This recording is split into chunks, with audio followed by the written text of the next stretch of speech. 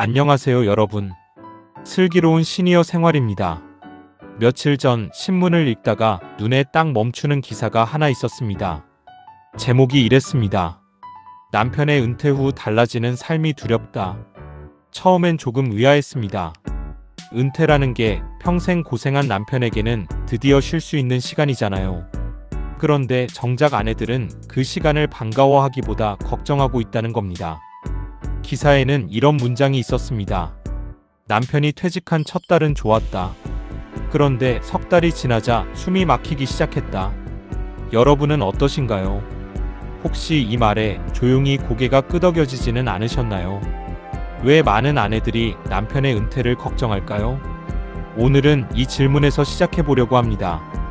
왜 많은 아내들이, 그리고 사실은 많은 남편들도 은퇴라는 인생의 큰 전환점 앞에서 두려움을 느끼는지, 그리고 그 두려움을 어떻게 하면 건강하게 풀어낼 수 있는지 함께 이야기 나눠보겠습니다.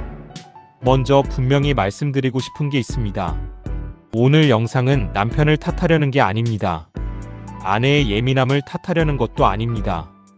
은퇴라는 큰 변화 앞에서 부부 두 사람 모두가 겪는 자연스러운 어려움을 이해하고 그걸 넘어서기 위한 이야기입니다. 끝까지 함께 보시면 분명 마음이 한결 편안해지실 겁니다. 일부 24시간 처음으로 마주하는 시간. 결혼 생활을 30년, 40년 하셨어도 사실 부부가 하루 24시간을 온전히 함께 보낸 적은 많지 않으실 겁니다. 남편은 아침에 출근하고 저녁에 돌아왔습니다. 그 사이의 시간, 아내는 아내대로, 남편은 남편대로 각자의 하루를 살았습니다. 집안일을 하든 친구를 만나든 일을 하든 그 시간만큼은 온전히 나의 것이었습니다. 그런데 은퇴를 하는 순간 이 균형이 한순간에 무너집니다. 아침에 눈을 뜨면 남편이 거실에 있습니다. 점심을 먹을 때도 남편이 있습니다. 저녁에도 밤에도 계속 함께입니다. 처음 며칠은 좋습니다. 이제야 같이 시간을 보내는구나 싶습니다. 하지만 이게 한 달, 두 달, 석 달로 이어지면 이야기가 달라집니다. 실제로 상담 현장에서 많이 듣는 이야기가 있습니다. 남편이 미운 게 아니에요. 그냥 제 시간이 없어진 게 힘들어요. 이건 아주 중요한 말입니다. 문제는 남편이라는 사람 자체가 아니라 나만의 시간이 사라졌다는 상실감인 경우가 많습니다. 반대로 남편의 입장에서도 한번 생각해 볼까요? 평생 일터가 삶의 중심이었던 사람에게 갑자기 하루 종일 채워야 할 빈 시간이 주어졌습니다.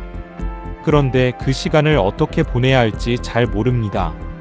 그러다 보니 자연스럽게 아내 옆에 머물게 됩니다. 아내가 뭘 하든 따라다니고 뭘 하냐고 묻고 같이 하자고 합니다. 본인은 애정 표현이라고 생각하는데 아내는 그게 감시처럼 느껴질 때가 있습니다. 이건 누구의 잘못도 아닙니다. 두 사람 모두 처음 겪는 상황이기 때문에 서로에게 서툰 겁니다. 2부 생활 리듬과 가치관의 차이. 30년, 40년을 함께 살았어도 생활 리듬은 생각보다 다른 경우가 많습니다. 아내는 아침 일찍 일어나 화초에 물을 주고 산책을 하고 하루를 조용히 시작하는 걸 좋아할 수 있습니다. 남편은 늦게까지 텔레비전을 보고 늦게 일어나는 습관이 있을 수 있습니다. 일할 때는 이런 차이가 크게 부딪히지 않았습니다. 각자 알아서 하루를 보냈으니까요. 그런데 은퇴 후에는 이 리듬의 차이가 하루 종일 부딪힙니다. 왜 이렇게 늦게 일어나요?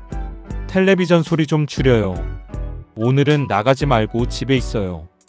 이런 사소한 말들이 하루에도 몇 번씩 오갑니다. 처음엔 그냥 넘어가지만 쌓이면 쌓일수록 서로에게 서운함이 됩니다. 가치관의 차이도 이 시기에 두드러집니다. 돈을 쓰는 방식, 자녀를 대하는 태도, 여가를 보내는 방법.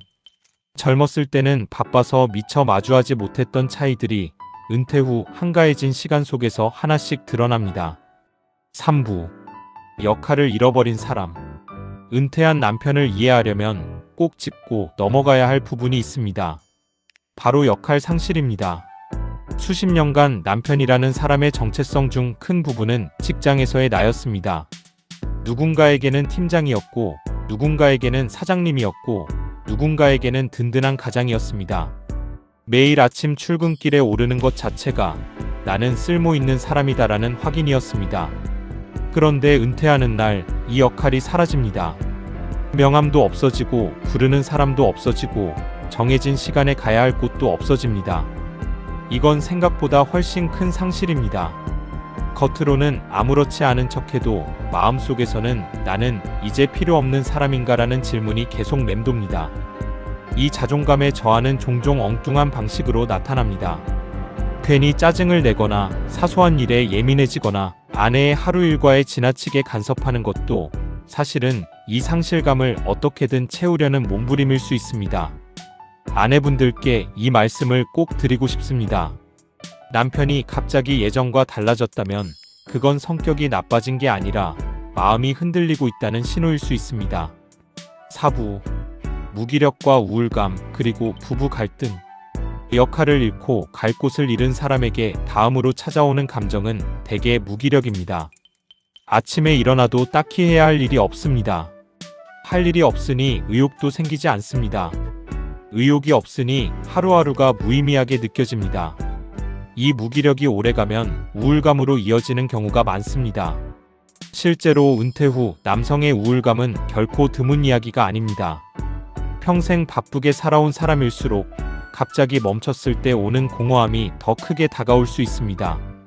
그리고 이 무기력과 우울감은 고스란히 부부 갈등으로 이어집니다. 기운 없는 남편을 보며 아내는 답답함을 느낍니다. 제발 뭐라도 좀 해요라는 말이 반복되고 남편은 그 말이 잔소리처럼 들려 마음의 문을 더 닫습니다. 서로 도우려던 마음이 오히려 서로를 밀어내는 상황이 되는 겁니다. 여기서 부부 갈등이 늘어나는 이유를 한 문장으로 정리해보면 이렇습니다. 붙어있는 시간은 늘었는데 서로를 이해하는 시간은 늘지 않았다. 시간이 많아졌다고 해서 저절로 대화가 늘고 저절로 서로를 더 이해하게 되는 건 아닙니다. 오히려 준비 없이 맞이한 긴 시간은 갈등의 불씨가 될 수 있습니다. 여러분의 가정은 어떠신가요? 남편이 은퇴한 후 가장 크게 달라진 점이 있다면 댓글로 편하게 나눠주세요. 5부. 줄어드는 사회적 관계. 직장을 다니는 동안에는 원치 않아도 사람을 만나게 됩니다. 동료, 거래처, 후배, 선배. 이 관계들이 번거로울 때도 있지만 동시에 사람을 사람답게 지탱해주는 힘이기도 합니다. 은퇴 후에는 이 관계망이 급격히 줄어듭니다. 처음엔 몇몇 동료들과 연락하지만 시간이 지날수록 그 연락도 뜸해집니다. 새로운 사람을 만날 기회 자체가 줄어들다 보니 자연스럽게 아내 한 사람에게 정서적으로 의지하는 비중이 커집니다. 그런데 아내에게도 아내만의 사회적 관계가 있습니다. 친구, 동창, 이웃, 취미 모임. 남편이 이 관계에까지 함께하기를 바라거나 아내의 외출을 서운해하기 시작하면 아내 입장에서는 자신의 세계마저 좁아지는 느낌을 받게 됩니다.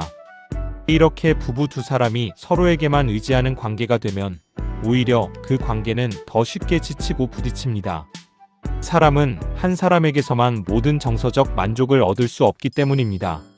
6부. 이 모든 것이 건강과 연결되는 이유. 여기까지 들으시면서 이런 생각이 드실 수 있습니다.